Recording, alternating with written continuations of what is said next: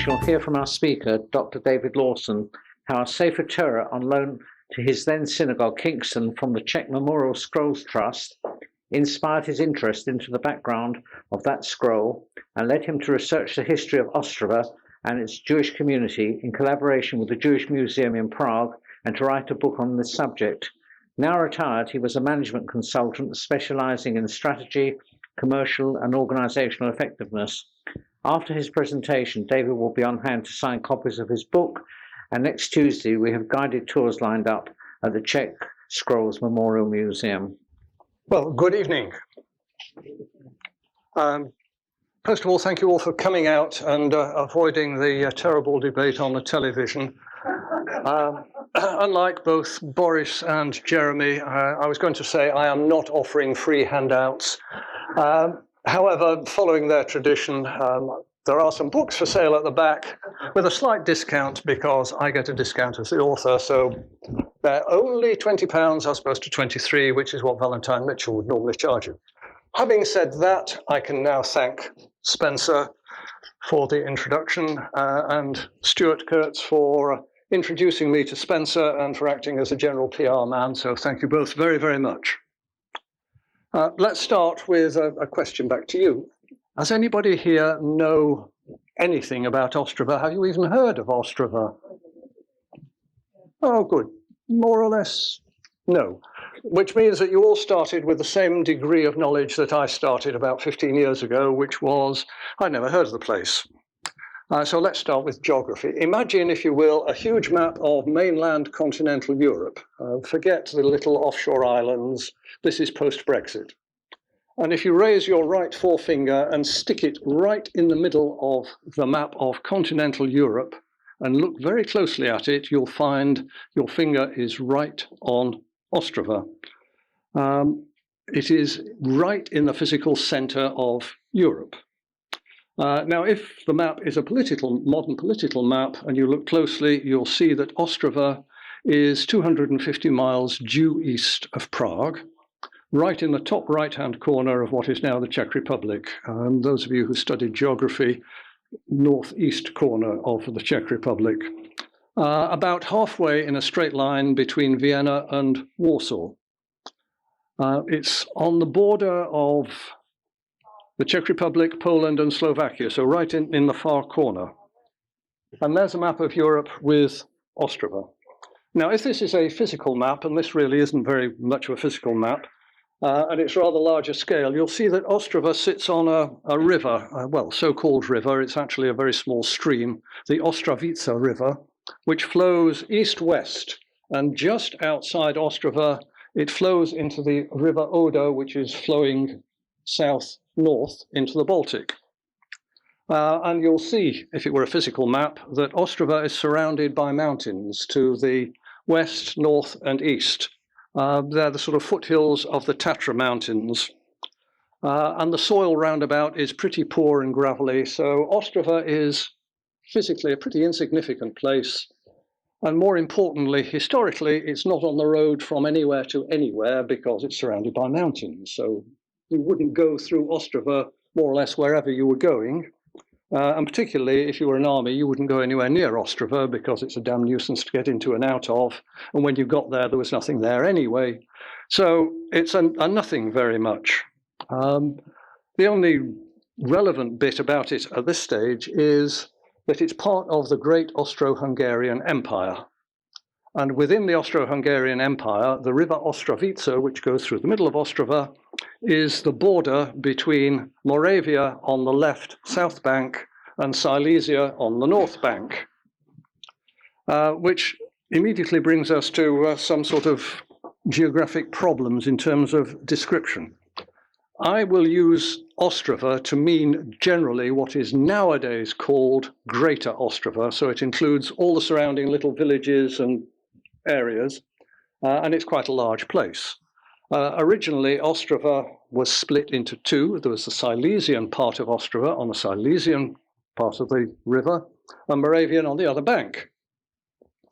But it was really a pretty insignificant place. Nothing very much ever happened in Ostrava, which leads obviously to a question of, well, if nothing ever happened and it's on the road to nowhere and nowhere, why the hell should you be interested?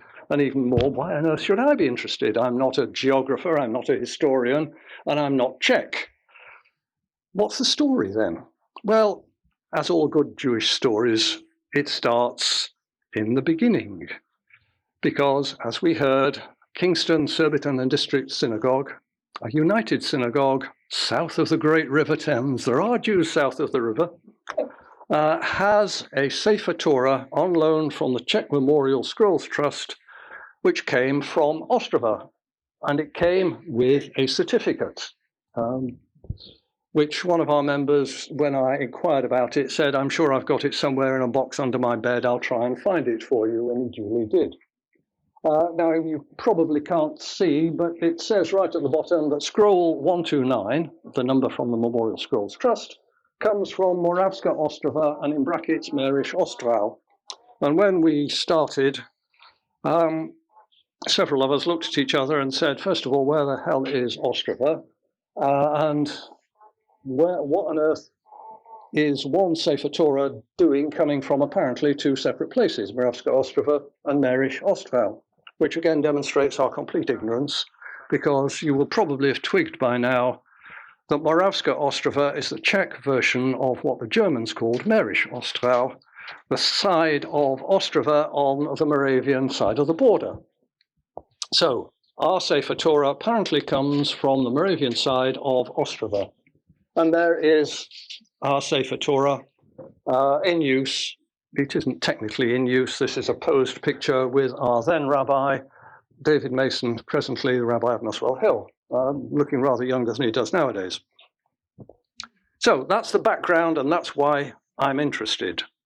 So you're going to get a sort of three-part story. The first is the story of Ostrava.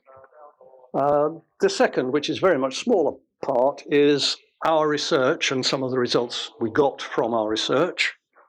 And the third bit is an introduction to the Czech scrolls. Now, you're going next week to see the museum, so I won't steal too much of their thunder.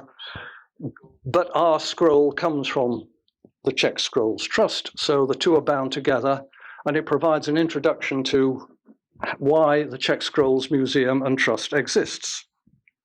So we start our research, knowing nothing at all about it, but with an assumption that Ostrava, being in the middle of nowhere doing nothing, is rather like Anatevka, and there are fiddlers sitting on the roof and chickens running up and down the main street and all that sort of stuff. And that's where we started from.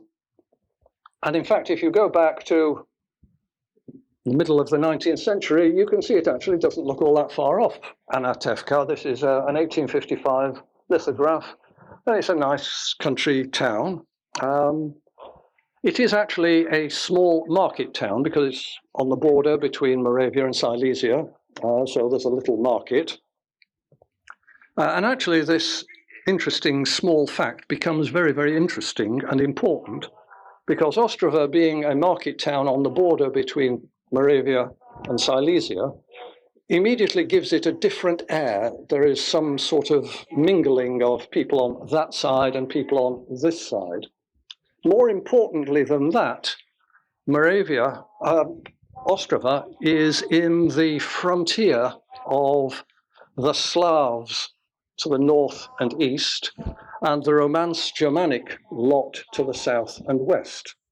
So it is a sort of melting pot by its geography, and that, I think, is a very important part, which we will come back to as we talk about Ostrava.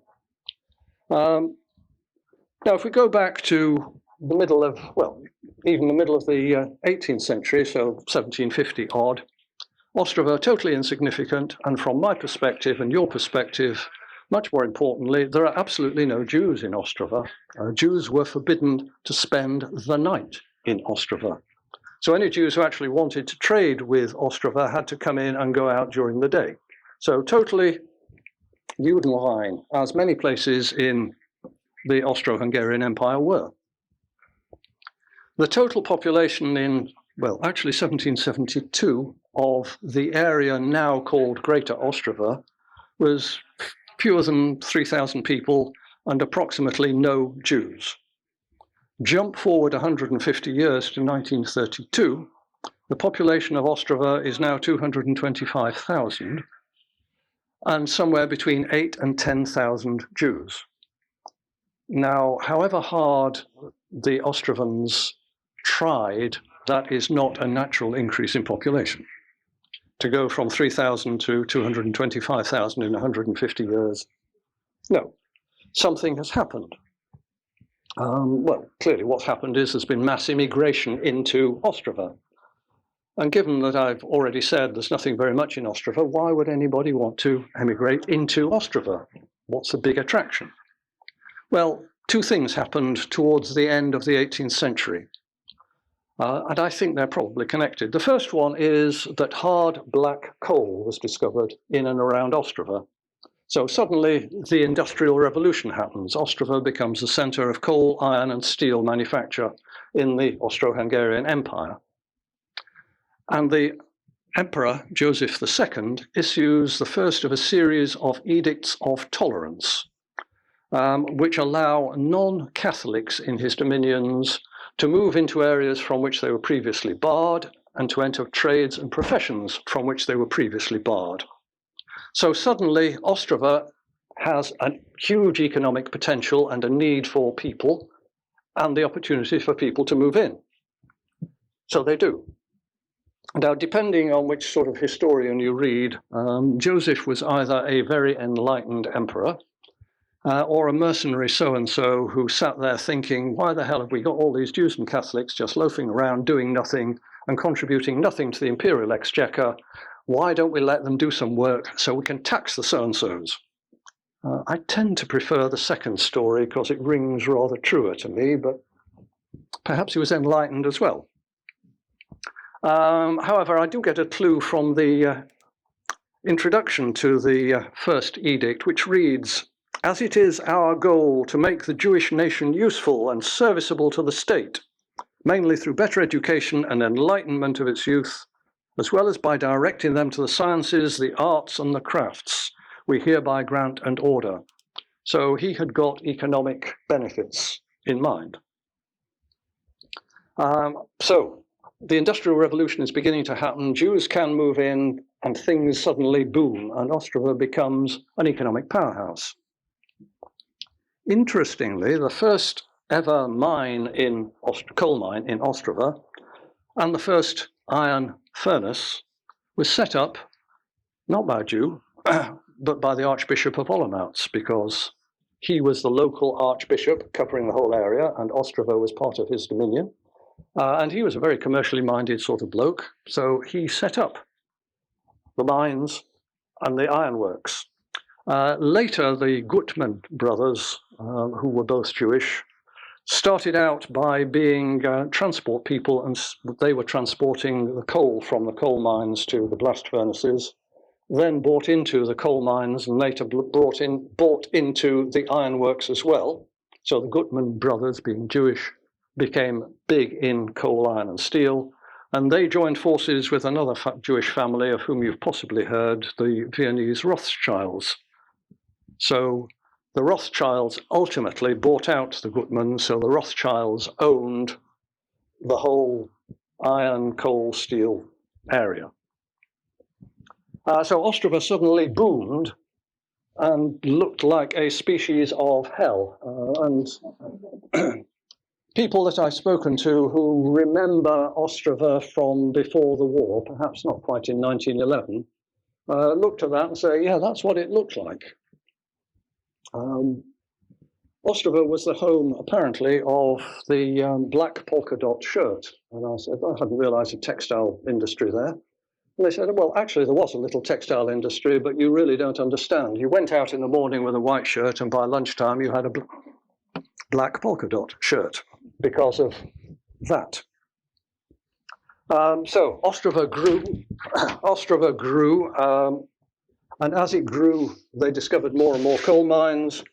Heinz Vogel, who was a little lad, presently is aged about 90, living in Canterbury, remembers the photograph being taken outside his family flat in the center of Ostrava, next to a coke works and a slag heap. And he points out that this was not a slum. His family were good middle-class people with a very, very nice flat in Ostrava, and that was immediately outside their front door. So we've got coal, iron, and steel. The place is booming, and it's filthy and pretty disgusting. Let me ask you another question. What do you think the occupation of the first Jewish immigrants into Ostrava was? Tailors? Any other suggestion? No? I would have guessed tailors, possibly doctors, but tailors or peddlers. Actually, the major occupation of Jewish migrants into Ostrava, to start with, they were brewers, distillers, and innkeepers. In fact, in 1786, there's a lease for a hostelry signed in Hebrew by Abraham Hoshek. And you can see his signature in Hebrew, and somebody, not him, has written it in Czech underneath. And this is 1786, which I think confirms that even very, very early on, because Ostrava was full of immigrants, all of whom had moved in to try and make a living, so everybody accepted everybody else was trying to make a living, and they were therefore very tolerant of each other, because if you're trying to make a living from everybody round about, the last thing you want to do is to have a row with them because they're Catholic, Protestant, Jewish, come from here or there or whatever. So everybody is tolerant, and they accept a Hebrew signature on a lease. George Roden, who will appear much later on in our story, who's also quite elderly by now, told me that, yes, he remembers his grandmother used to sell spirits in the centre of Moravska Ostrava, and he told me where his grandma's place was. And when I visited Ostrava for the first time, I found it. It was then the Irish pub in the centre. Later, of course, more Jews moved in. So as well as brewers and distillers, you had shopkeepers, Jewish department stores, bankers, lawyers, doctors, architects, jewelers, even a producer of 4711 Eau de Cologne was a Jew and had a factory and a distribution. There were artists, fine artists, musicians, timber merchants, politicians, national diplomats, photographers. Within 4 years of Monsieur Daguerre in Paris demonstrating daguerreotypes, in Ostrava they had a commercial photographer. Now, Ostrava is quite a long way from Paris, and in 4 years they'd already had a commercial photographer. But alcohol and hospitality was very much a Jewish occupation, right up to the Second World War. A quotation. On the street of the 28th of October, between the Palace Hotel and the Sikora Bridge, for instance, there were 83 Jewish stores and only 28 Czech ones. On the then Velika Ulica, the main street, is said to have housed 24 Jewish shops and 5 Czech ones. Out of 360 hotels, wine bars, and coffee houses in Ostrava, approximately 100 were in Jewish ownership. Out of 98 Czech doctors, 25 were Jewish. And among 82 German doctors, that is German-speaking doctors, there were 63 Jews. Of 112 lawyers, 70 were Jewish at the time of the German occupation. Now, having read that, I will give you a health warning, because this is a quotation from a book by Richard Drapala, who used to be the city archivist, so you would assume he knows what he's talking about. When I first went to Ostrava, I met the then city archivist, a lovely, lovely lady, who said, do not believe a word that the Drapala said about anything. She didn't actually say he's a fascist, anti-Semitic bastard, because she was a lady. But she described him in words that translated very roughly into, he's an anti-Semitic bastard and don't believe a word he says. The city of Ostrava fired him because he was. This was just before the war. However, Jews from Ostrava to whom I have spoken subsequently said, well, we don't know whether those numbers are correct, but the qualitative picture is absolutely true. Jews played a major, predominant role in the economic, commercial, artistic life of Ostrava. And if the numbers are wrong, they're only wrong slightly. So the qualitative picture is true. So Jews are very, very important in Ostrava. So let's come on to sort of Jewish life, particularly. Move on to 1860. The Kultus Verein, which is a sort of Jewish association, was set up in Silesian Ostrava, that's the east side of the river, by one Shimon Frankel, who was a brewer and distiller, described by people who knew him as arrogant, self-opinionated, domineering, and frum. A combination of qualities not entirely unknown even nowadays. So he set up the Jewish Association in Silesia and actually set up the first Stiebel in a room above his distillery, which always seemed to me to be a great place to daven Ne'ilah. He also, in his spare time, was the Moel, and one of his clients was one Sigmund Freud. Now, what effect having a bris performed by an arrogant, self-opinionated, domineering, frum brewer had on young Sigmund, I don't know, but I'll leave to your imagination. Whether it influenced his subsequent career, you can guess. Anyway, the association has been set up, and then in 1872, cholera strikes, and poor Mrs. Fanny Reicher is the first victim. And she now has to be buried, of course. And there isn't a cemetery in Ostrava. The Jewish cemetery is in Cieszyn, which is about 30 miles away. Except the local medical officer said, there's cholera. If you think you're taking a victim from here to Cieszyn, 30 miles through the country, you've got another thing. Terribly sorry, she's not going anywhere. So poor Mrs. Reicher had to be buried in the Protestant cemetery. Then things really got serious because Mrs. Bertha Rice got cholera and died. Now, she was the granddaughter of Mordechai Schönhoff, who was the big macher in the Jewish community. So something had to be done.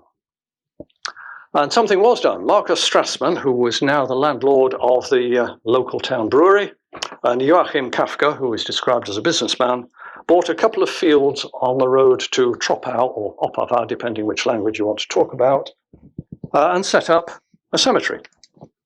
And there's the original shed. They raised the princely sum of 4,000 florins, the equivalent at the time of £352 sterling. And when I did the calculation in 2006, £352 sterling was the equivalent of £14,500. They raised it in a couple of days, which gives you some idea of the size and wealth of the Jewish community. And there it is. The building on the left is where the horses lived, and the building on the right is the OL. And on the 7th of December 1872, official permission was received for the cemetery, and the unfortunate Mrs. Rice was the first person to be buried there. At this point, there was a huge ferribble. Of course, they're Jews. Shimon Frankel, you remember, had set up the association, Jewish association, on the right bank of the river in Silesia. Most of the Jews at this time were living on the left bank in Moravia, and they wanted the association and the centre of Jewish life to be on the left bank. He wanted it to be on the right bank. Harumph. In 1875, the matter was resolved with the official Kultus Gemeinde, the official state authorized Jewish community set up in Moravian Silesia on the left bank. And Frankel took umbrage and disappeared from our story. But Ostrava now produced 6 shuls, not quite as good as Edgware perhaps. There's the cemetery in 1920. It doesn't exist. It was flattened in 1980 to make way for a park.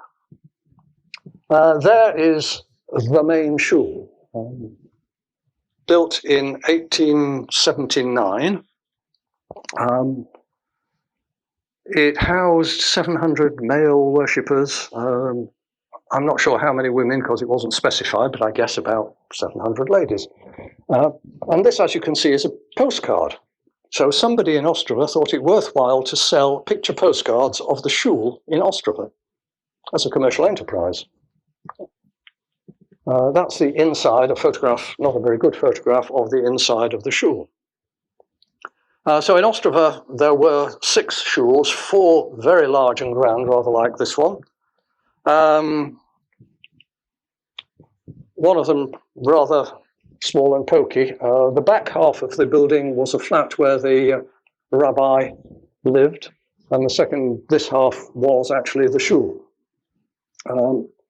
The rabbi there was a Rabbi Forscher, and some of you might know the Rabbi Forscher's family, who subsequently came to the UK.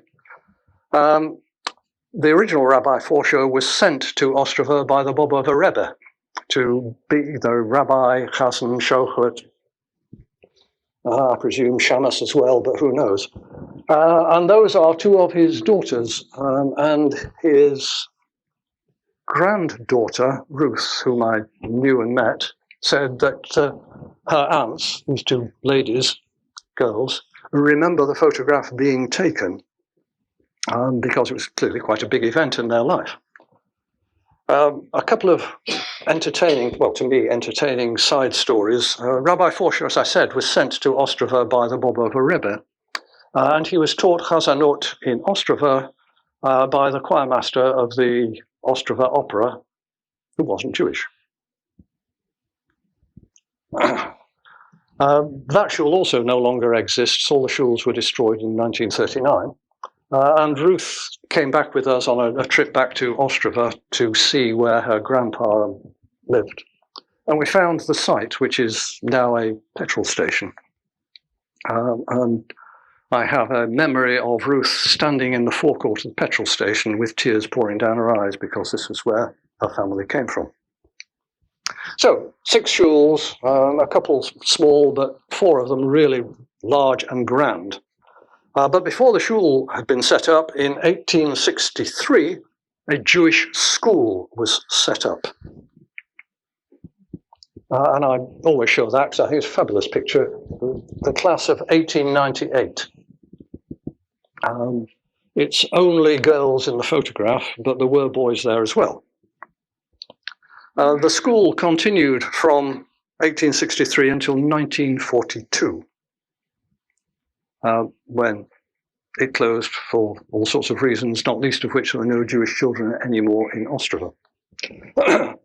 But as well as shuls and a school, there was a hospital in the Rothschild Steelworks, a better hospital in the steelworks, in the Rothschild Steelworks, than the local municipal hospital.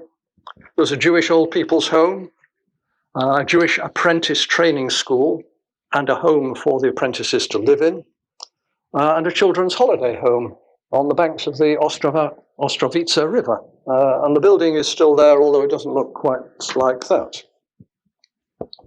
There were sports clubs and social clubs. Ostrava was a technically very advanced place. It had electric trams before London did. It was culturally and socially advanced. It had opera houses. It's been done up since, and it's a fabulous, fabulous opera house, a little gem, quite small, 500 people inside. And although I don't have a very delicate or critical ear, when I went to an opera there, I reckon it was at least as good as anything I've heard at Covent Garden. And it cost me a £5 for the best seats. And that's the inside of it. Not a very, very good photograph, but it gives you an idea of what it looks like. There were decent hotels where decent middle-class Jewish ladies could take tea and cakes, and their husbands could drink something slightly stronger and play cards and gossip. There were department stores. Ostrava was the center of the Zionist movement in the area, Czechoslovakia and Silesia. The International Maccabeah Games was held in Ostrava in 1920. In fact, people that I speak to say, when I ask them about anti-Semitism, they look at me as if I were completely delirious and say, there wasn't any. Until towards the middle of the 1930s when it spilt over from the Sudetenland into Ostrava. But Ostrava itself was more or less entirely free of it, tolerant, enlightened, and just let everybody get on with whatever they were doing. It was a pretty good civil society. Until, that is, on the 14th of March, 1939, the day before the Germans invaded Prague, they occupied Ostrava. And the decent, civilized, enlightened, tolerant life came to an end. In May and June, all the shuls, one after the other, were burnt down. Usually in the middle of the night, and the local fire brigade rushed to the scene to put out the fire, which was all reported in the newspaper the following day, that sadly all the buildings were burnt down, but the fire brigade had managed to save the buildings next door, and nobody was hurt, but it's just the shuls were all destroyed. The story is slightly more complicated because one of my colleagues, a very determined old lady who lives in Ostrava, followed up the story and went to the fire brigade and went through their archive and found written evidence that the fire for at least one of the shuls was set by the fire brigade, because instructions apparently from the fire chief to the fire brigade was, look, if there's a serious fire, whatever time of day or night it is, you come and get me. I'm the boss and I've got to be there. So in June, early in the morning, they went round to get him to say, the shul in Vitkovitz is on fire. So he jumped out of bed and started to get dressed, and they said, don't rush, because the fire hasn't really got going yet. So when he did get dressed slowly, and they went round to see the fire, which was still not going very well, they had to smash all the windows to get the fire going properly so they could then put it out properly. So the fires were set by the fire brigade, obviously under orders, and then put out. Which raises an interesting and obvious question, because I started the discussion with, we have got a Sefer Torah that came from Ostrava, and I showed it to you. And it's obviously not burnt. Well, how does that come about? If there's a fire and all the shuls are burnt down, what's going on? Well, there is a bit of a mystery. Clearly, somebody warned somebody that there is going to be a fire. Clearly, the fire brigade knew there was going to be a fire because they were told to set it. At Ostrava being a very tolerant, enlightened, friendly place, presumably somebody in the fire brigade told somebody somewhere, if I were you, I'd take all the stuff that's important out of the shul because it probably won't be there tomorrow morning. Now, we know this sort of thing happened because several people have said, we were at home one night when the doorbell went, and one of my pals turned up and said, are you still here? I wouldn't be here tomorrow morning if I were you. So warnings were issued and acted upon.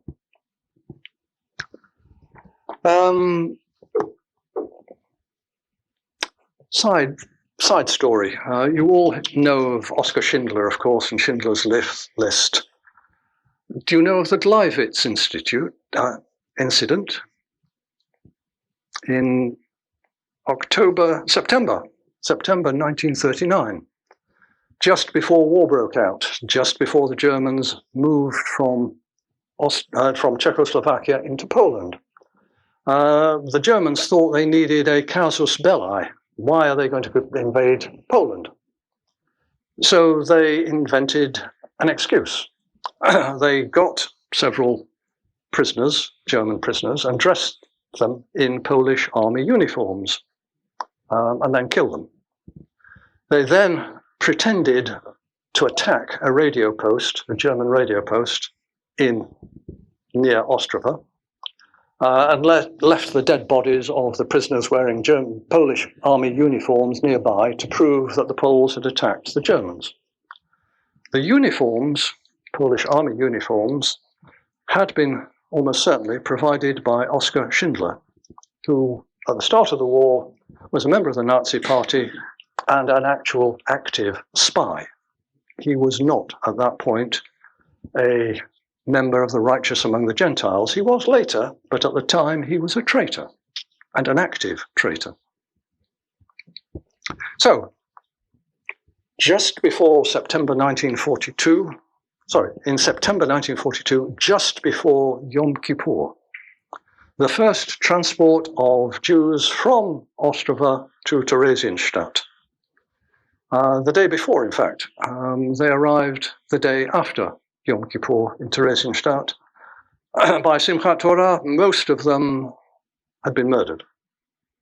Of the 8,000 to 10,000 Jews in Ostrava in 1939, by 1945, fewer than 300 returned, and there were perhaps 100 or 200 who had managed to get out.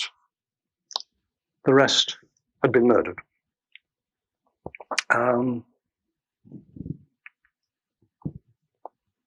No, we'll come on to that. And I will mention at this point Elsa Weber, who was a well-known Czech poetess, writer, came from Ostrava, born Elsa Hellinger, fell in love with Willem Weber, and told her mum, I'm going to marry Willem. And mum said, oh, Basseltoft, does he know? Oh, no, she said, I'm going to tell him soon. They did get married, and they had 2 children, Tommy and Janusz. In 1939, Ilse decided that it would be a good idea if the 2 boys were sent to London to a friend of hers who was a Swedish diplomat who was then posted to London. Tommy, however, was ill, so couldn't travel, so Janusz went himself to London. Willem and Ilse and Tommy were shipped off to Theresienstadt, and then all shipped off to Auschwitz. Ilse and Tommy were murdered. Willem survived. While in Theresienstadt, Ilse wrote a poem. She was a poet, addressed to her son Janusz in London. And she hid it in the cavity in the wall somewhere in Theresienstadt. And incredibly, her poetry survived and was discovered, and incredibly made its way back to Willem, then living in Sweden, who had them translated and published, which is how I come to know about it. Now, the poem written by Ilse, entitled Letter to My Son, previously when I gave this talk, I tried to read part of it, and I failed because I broke down after about 3 lines, so I'm not even going to try. But at the end of the talk, there is the poem on the screen, and I have a copy. And I think somewhere in the office here in Edgware, there are other copies, so you can try reading it yourself. So let's move on to post-war, where in 2009, there was a memorial conference organized in Ostrava to commemorate the Jews who were deported. And I was invited to the conference, which was very nice of them, although not very much help because it was all in Czech. But one of my colleagues did a running translation of some of the key bits, including a talk right at the end by the director of, or dean of, Ostrava University, a lady who stood up and said, actually, my grandmother was murdered in Auschwitz. And went on to say, you know, there's something the matter with Ostrava nowadays, there's something lacking. What's lacking? Well, it doesn't have the sparkle, the dynamism, it's dull, it's grey, it's boring. What's missing is the Jews. Her words, not mine. Which brings me, I suppose, to the theme of my research into Ostrava. And I mentioned there were artists, one of whom rejoices under the name of Yehuda Bakon. He is Jewish. And he produced a picture escaping from the fire with a Torah scroll. And when I met Yehuda, who lives in Jerusalem, and said, what's the inspiration? He said, well, of course, at the end of the war, I was still alive, and I got out of Ostrava, and I'd survived the camps, and I had literally nothing. The only thing I had was a memory of being Jewish, hence escaping from the fire with a metaphorical Torah scroll. Which brings me back to the Kingston Torah. How did we get it? We've got it. It comes with a certificate, so we know where it came from. How?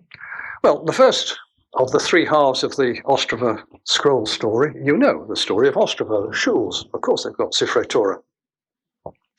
Let's leave out the middle half and go to the third half, which starts in 1964 with Erik Estorik, an art dealer who was in the Czech Republic buying and selling art, and particularly buying art.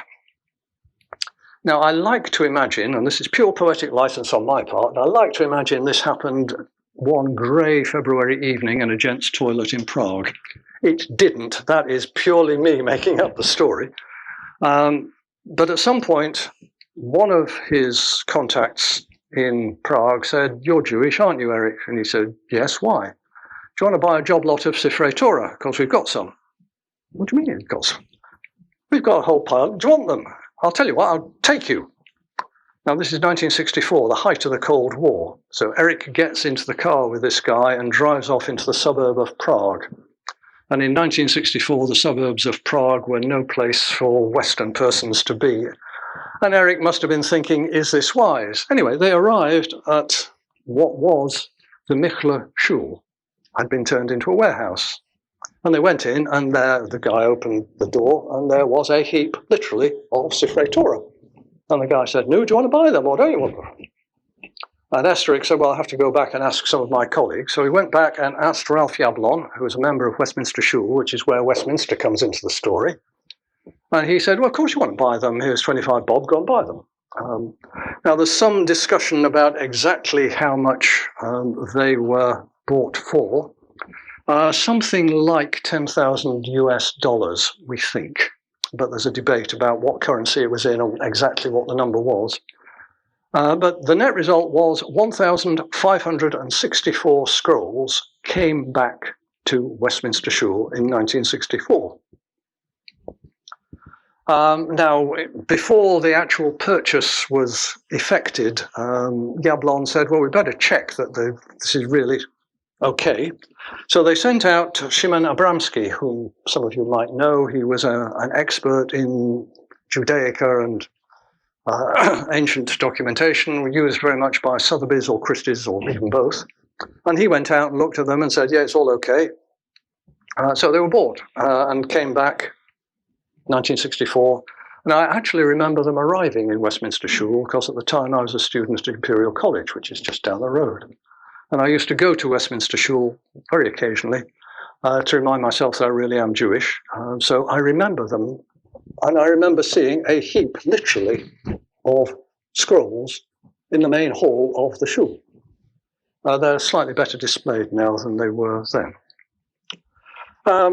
So that's how the scrolls sort of arrived in London, and they were then, at least the kosher ones, were sent out on permanent loan to communities all over the world, including to Kingston, which is how we came by ours.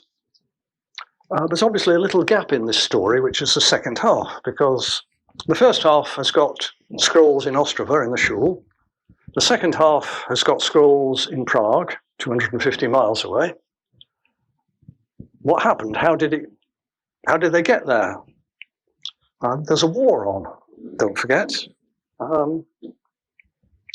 Well, there is still a mystery in the middle of all this, but there is some bits we know. One of the things we know is that in 1942, the Jewish community in Prague, which still existed, and was given de jure jurisdiction over all the communities in Bohemia and Moravia by the German authorities. So the Jewish community in Prague was the center. In 1942, they sent two letters out, first in May and the second, I think, in August, to all the communities in Bohemia and Moravia, saying in August, send, and in May, you're going to have to get together and send all your Jewish material and artifacts, pack them up and send them to Prague for safekeeping. And you'll need 4 lists, 1 list for you, 1 list you'll send in advance for us, and 2 lists you'll pack with the stuff and you send. Now, I saw the list of stuff that was sent from Ostrava. It ran to 6 typed A4 sides. That is a lot of stuff. There were 15 Cifre Torah sent, and candelabra and books and curtains and all sorts of things. That's 250 miles in 1942. There's a war on. Now, okay, the Germans are winning, but there's still a war on. You can't do this without somebody noticing. So somewhere, somehow, the German authorities must have said, okay, do that, that's a good idea. And this is where it gets very, very confused. The best explanation that I have come across is that the German bureaucracy, of course, was complicated, and there were at least 2 organizations responsible for Jewish things. There was the Zentralstelle für jüdische Auswanderung und Treuhandstelle. These were the people who Aryanized businesses and fixed property. So they took over your house, your business, and big stuff. And then the Gestapo and the Zollfahndungsstelle got involved because they said, well, stuff that's movable, so bits and pieces, jewelry and the like, that's us. And then there was a big argument. And the Jews in Prague had helped compound this by initially suggesting to the Germans that as the Germans initially had left shuls and Jewish communities alone, more or less, that they needed religious artifacts, they needed Cifre Torah and so on. And these things were religious, so of no great value. So nobody was particularly interested if they're of no value. Later on, when it became obvious that things were getting a bit serious, the story changed to actually some of them are actually of historical value. So they're not just artifacts of religious value, but they are of intrinsic historical or intrinsic value if they're silver items.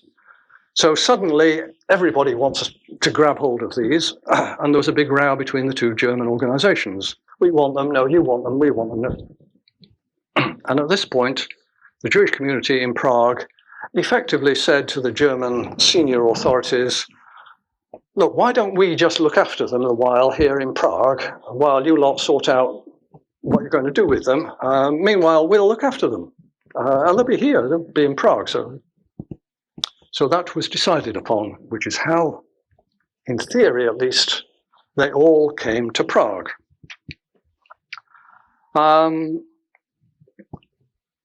Interestingly, the Jewish Museum in Prague continued to function during the war. It did not close, which is incredible. And in 1942, when all this stuff started to arrive from all over the place, they recruited people to catalogue what was going on. So they recruited, I can't even remember, Dr. Jakobowicz, the uncle of the late chief rabbi, who was the librarian of the Prague Jewish community. He was recruited to help catalogue, and they recruited other Jewish museum experts to come and catalogue all these artifacts. When all the cataloguing had been done, they were all shipped off to Auschwitz and murdered, of course. However, they were all catalogued, and I've actually seen the accession card for scroll 129, which is in Kingston. So it describes the scroll, its dimensions, and where it came from. So 1962-3, the Czechoslovak authorities offered all this stuff to the Israeli government for sale. Now, the Israeli government had obviously better things to do with their money and other things on their minds than Czech material, even if it was of great value. So nothing happened. So Esterich was offered it. And according to my note, US dollars 30,000, about £10,000 sterling, for 1,564 Cifre Torah, not all of which were kosher.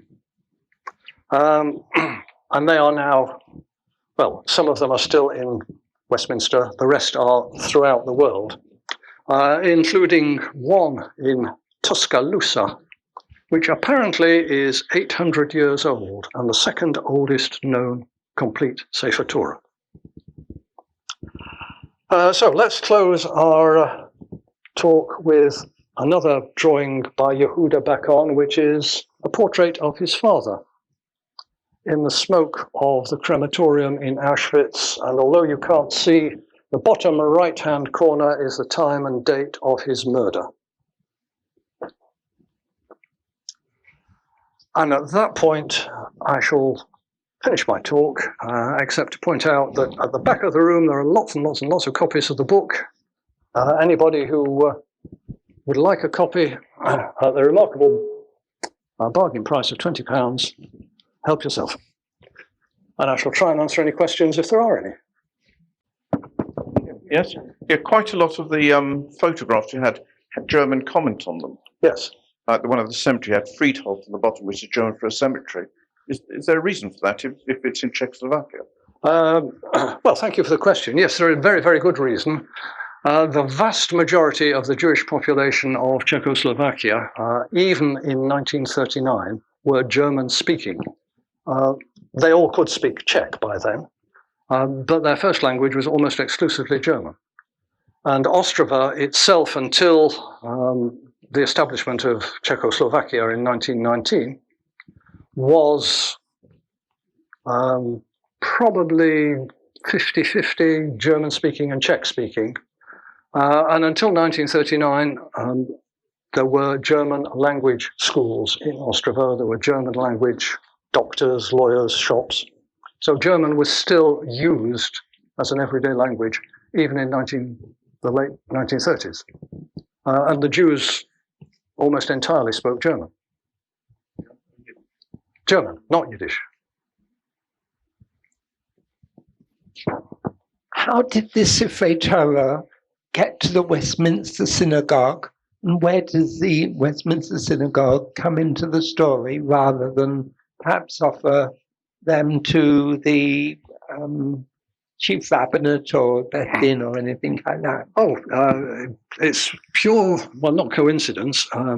Eric Esterick knew Ralph Jablon. I presume he had sold material to Jablon, and Jablon was a member of Westminster Synagogue. So when Jablon provided the money for the purchase of the scrolls, it was on condition they came to Westminster. And at the time, Rabbi Reinhardt, the rabbi of Westminster Shul, said, that would be fantastic. Yes, of course they can come here. And we have physically the space to deal with it, which is how it arrived. Pure chance.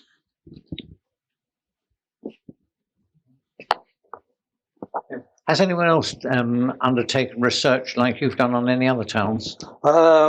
Yes, Pinner Reform, I think, have got a sefer that comes from, pass, the name escapes me, but they have done even more research than we have. Liberal. Northwood Liberal, yes. When you went to Ostrava, what did you actually see there? I mean, in other words, who was there? Thank you. Yes, when I first went to Ostrava, what did I see? What was there? The answer is, in terms of Jewish things, almost nothing. There is no physical Jewish trace. There was, at the time, a plaque outside where the main shul used to be. Subsequently, the plaque was removed. Somebody thought it was valuable for scrap metal. It actually wasn't, but it disappeared. So a new memorial has been put up. But in terms of physical things, there is nothing. All the shuls were destroyed and flattened. The Jewish school site is still there, but the building also has been knocked down. There is a small Jewish community, and although all the shuls have been knocked down, there was a Zionist office for the Zionist organization. And that was taken over by, I think, the Gestapo and then handed back to the Ostrava Jewish community, and they've turned it into a sort of stiebel, which is at least in theory usable, although I'm not quite sure whether it is in fact ever used, but it's there as a stiebel. And it has interestingly, you mentioned an Oren Kodesh. They have a very old Oren Kodesh, and I asked, where did it come from? Because it clearly wasn't part of the building. And they said, that's an interesting question. Somebody hid it. Well, who hid it? I mean, it's an Oren Kodesh. It's not something you can sort of put under the bed. Who hid it? And we can't remember. No. Anyway, there is a very small community. There were then about 200 members. To what extent they are all halakhically Jewish, I really wouldn't like to say, but my guess is not very many of them. And most of them don't originate in Ostrava, but Ostrava became the center for roundabout. And if you could plausibly claim to be Jewish and be in Ostrava, Ostrava received compensation from the German government. So the Ostrava Jewish community and the so-called survivors have got some support from the German government, which is better than not having support from the German government. So there's incentives to go there. There were a couple of people who survived. One of my contacts sadly has died earlier this year, Misha Salomonovitz, who was born in 1932, so he was about 7 when the Germans occupied. He lived through the Łódź ghetto, Auschwitz, Dresden, the firebombing, a death march. And he lived through it all, then went back to Ostrava, so lived through the communist era. When I first met him, he stood 2 meters tall, thick grey hair, clear blue eyes, claimed not to speak English, but said speak German. His German was perfect. When my German packed up after about 3 minutes, he suddenly discovered that he could actually speak a bit of English. So he was there and had survived. His wife, not Jewish, is one of the co-authors of the book, because she is, if I say she's an amateur genealogist, that does her a disservice, but I can't call her a professional genealogist because she's not paid. She used to be in the HR department of the mining industry. When she retired, she got bored, so she became the HR department of the Museum of the Revolutionary Movement, or something similar in Ostrava, and then retired from that and got totally bored, so thought she would investigate the genealogy of her family, which took about an hour and a half, because she said there's nothing very interesting in a family at all. So she decided to do her husband's, which is much more interesting. He's got a big family spread out, a much more interesting history. And then somebody else said, while you're doing that, will you do our history? Somebody else and somebody else. And suddenly she is a world authority on the genealogy of the Jews of Ostrava. And she's fantastic. And she and I do a sort of synergy, because she speaks Czech beautifully. And that restricts her activities, and she doesn't travel very much. So whatever there is to know about the Jews in Ostrava, she knows or will find out. And I'm in contact with worldwide Jews because I speak English and use the web. So I will get in touch with her to say, I've just heard from Moshe Cohen about his father and family. And within 2 days, she'll come back and say, oh, yes, his grandpa had a chip shop and his great-grandpa did this. And I've got his school report. So there are people still. There are 2 memorials to the Jews of Ostrava deported during the war. So the Ostrava city is very conscious of having lost its Jews and is anxious to rebuild. You asked me to juxtapose the 2 photographs. You showed one of them. What is the second one on the poster? That's the Czech Scrolls Museum. Yes, it's the one on the right-hand side. That's the Jewish school in 1942. You can see they're all wearing stars. And within a few months, they were all murdered, which is why I show the other one. You said the cemetery's been is used now used something else. What happened to all the headstones? They were moved to a new Jewish cemetery on the Silesian side of the border. So there's a new cemetery with the old headstones sort of lined up against the wall. However, my colleague, Lou Busher, whom I just mentioned, went to the trouble of mapping the old cemetery before it was destroyed. So she has a map of all the individual graves. What's there now? It's a park. I'd now like to call on Stuart Kurtz to propose the vote of thanks. So, David, thank you very much for it. I think it was a very interesting talk. I've been hearing about this book for months and months and months. We're actually related through my wife. But it's very interesting to actually see the end product itself. I'm sure everybody enjoyed themselves, and on behalf of the Federal Synagogue, I'll come and join you and drink it. Thank you very much indeed. Where's Judith?